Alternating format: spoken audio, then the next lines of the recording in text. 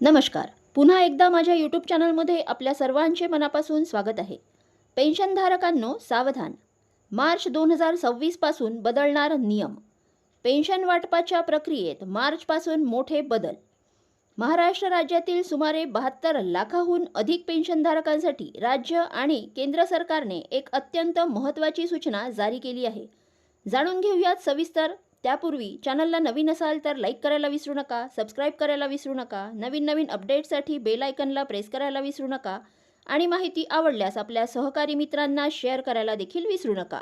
2025 मध्ये झालेल्या मोठ्या प्रमाणावरील आर्थिक फसवणुकीच्या घटना पाहता रिझर्व्ह बँक ऑफ इंडियाने सरकारने पेन्शन वाटपाच्या प्रक्रियेत मार्च 2026 पासून मोठे बदल करण्याचा निर्णय घेतला आहे.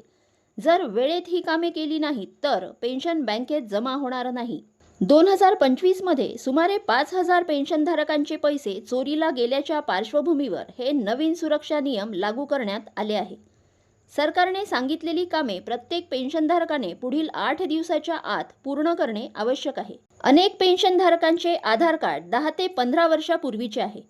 वाढत्या वयानुसार चेहऱ्यात बदल झाल्यामुळे बायोमेट्रिक स्कॅनिंगमध्ये तांत्रिक अडचणी येत आहेत. जर तुमचे 2 वेगवेगळ्या बँकांमध्ये खाते असेल आणि दोन्हीकडे एकच मोबाईल नंबर लिंक असेल तर फसवणुकीचा मोठा धोका वाढू शकतो. 2025 ची केवायसी आता ग्राह्य धरली जाणार नाही.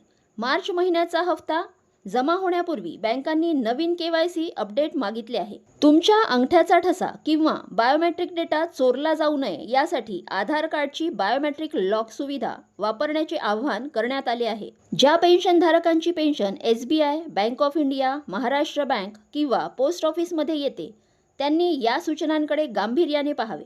जर तांत्रिक बाबी पूर्ण केल्या नाहीत तर मार्च महिन्याची पेन्शन बँकेच्या खात्यावर जमा करण्यास तांत्रिक अडचण येऊ शकते, असेही कोषागार कार्यालयाकडून सांगण्यात आले आहे.